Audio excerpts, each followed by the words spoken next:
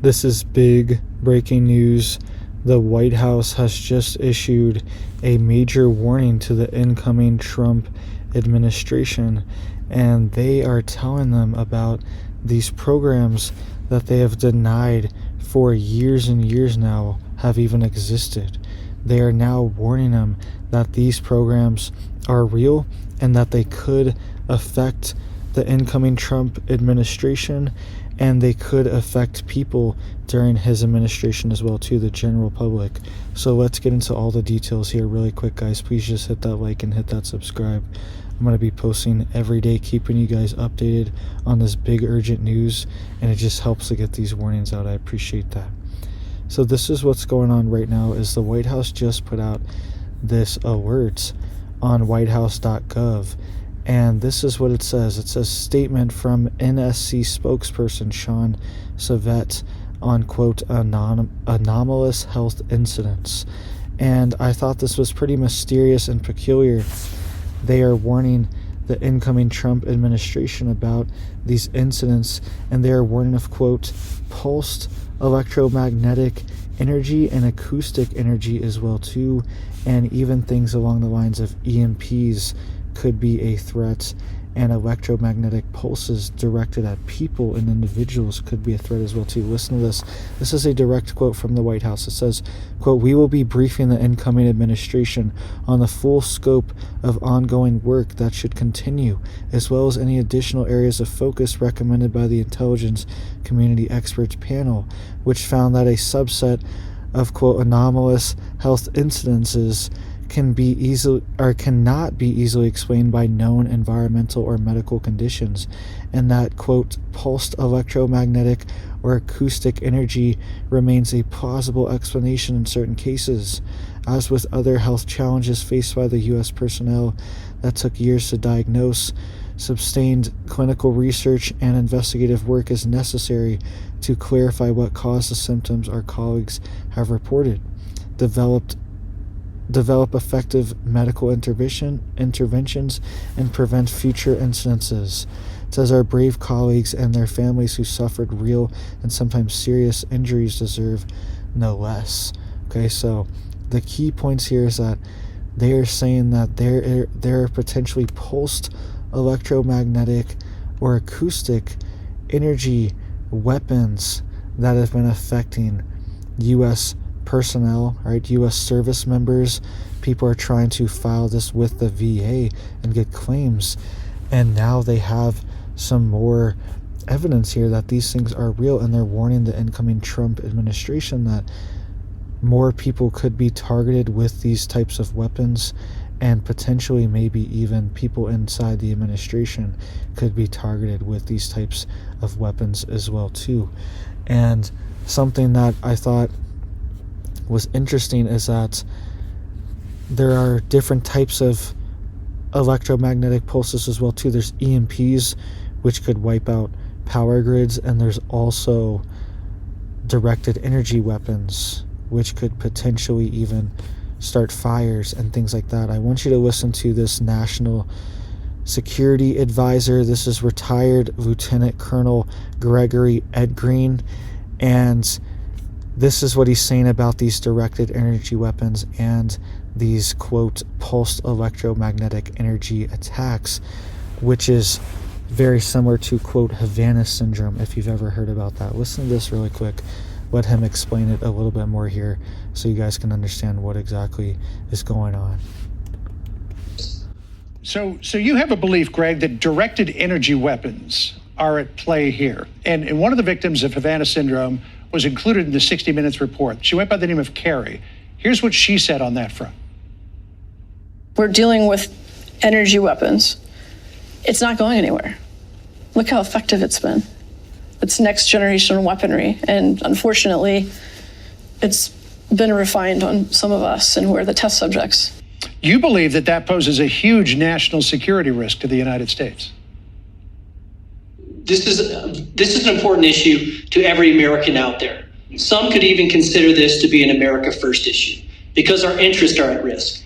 Our diplomats, our intelligence officers, and those that are furthering diplomatic, information, military, and economic interests are being removed from their post with traumatic brain injuries. Extremely important issue. Furthermore, I'd like to say we've been here before, John. People were skeptical about Agent Orange in Vietnam. They were skeptical about traumatic brain injuries and post-traumatic stress syndrome in the forever wars of Iraq and Afghanistan.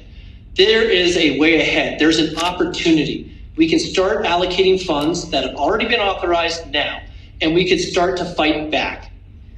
You mentioned skeptics. Among them is the journalist Glenn Greenwald, who wrote in Real Clear Politics after the 60 Minutes piece came out. He said, quote, "It's intended to resuscitate a long debunked conspiracy theory called Havana Syndrome, which was a claim that arose during the Trump administration that the Russians had somehow developed in secret this like 25th century technology from the future that allowed them to direct energy waves into the brains of American citizens." He put it down to a social contagion. And in 2018, the FBI dismissed it as mass psychogenic illness, meaning if you think you're sick, you probably get sick. What do you say about those skeptics? I would say that there's a large body of data. This technology has existed for decades. It has been around for at least 50, 60 years. And to say that it doesn't exist is laughable. Furthermore, I know these people. I've worked with them. I knew them before and after. And I can tell you that they are returned with severe traumatic brain injuries. I'd also point out that the intelligence community has flip-flopped on this. And when you saw the second report come out, they said with varying levels of confidence. What does that mean? Because I'm sure some had low confidence. I'm sure some had medium confidence, which basically says the product is worthless. This is an important issue, and people should contact their congressmen and senators and have them take action. Well, when you take a look at the number of reported cases, 1,596 countries, that's either a lot of social contagion or mass psychogenic illness, or there's something else going on. Greg, I know that you continue to take care through Advanced Echelon of folks who have suffered through these anomalous health incidents, Havana Syndrome. We look forward to what else this investigation uncovers in the future. Thanks for being with us. All right, so you heard that there. That was retired Lieutenant Colonel Gregory Ed Green. And he's saying this stuff's 100% real, and he's seen it before as well too.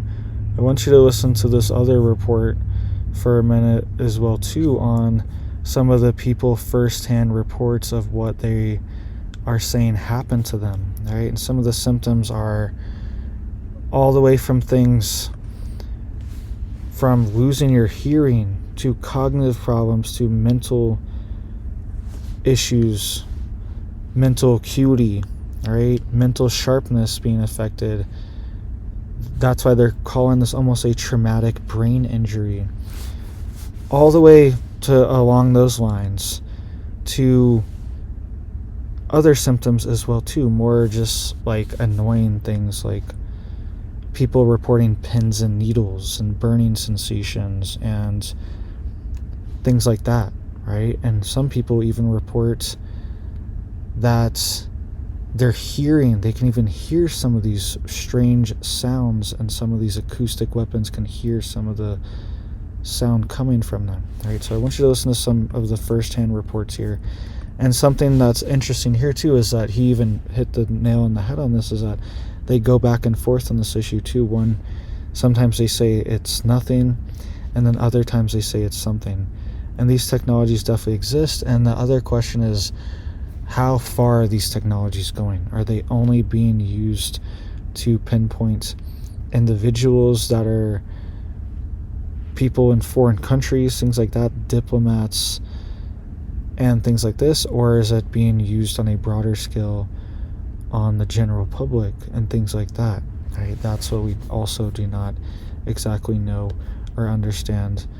And I want you to listen to this other report of some first-hand accounts of people that are saying that they experienced this. And we're not sure exactly what this is or what exactly is going on, but just getting this warning from them saying that they're briefing the Trump administration on this and saying that they need to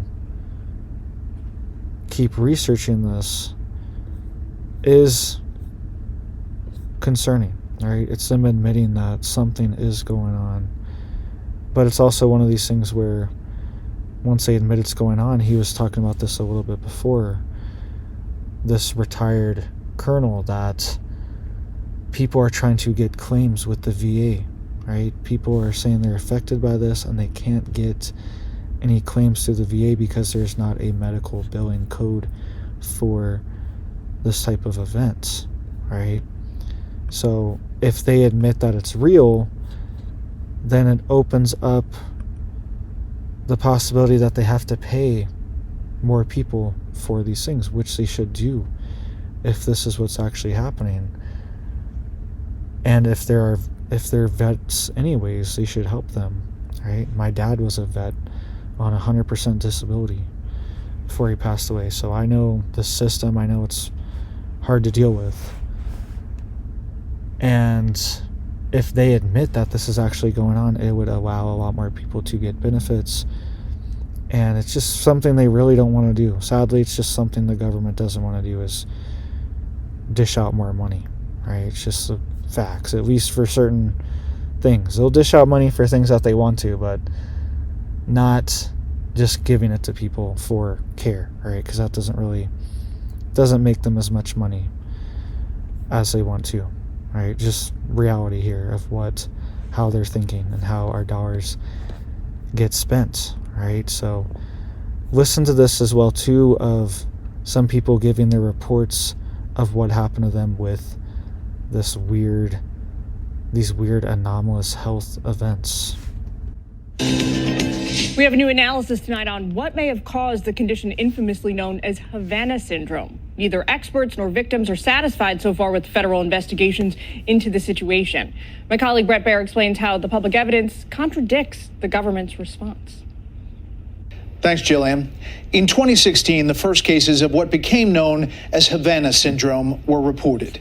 U.S. diplomats and foreign officials stationed around the globe complained of symptoms, including headaches, vertigo, and brain fog. In some cases, the illnesses were long-lasting and considered traumatic brain injuries. Many health officials and scientists believe radio frequency energy likely caused those symptoms. But what or who created the microwave energy is still up for debate, or at least it was.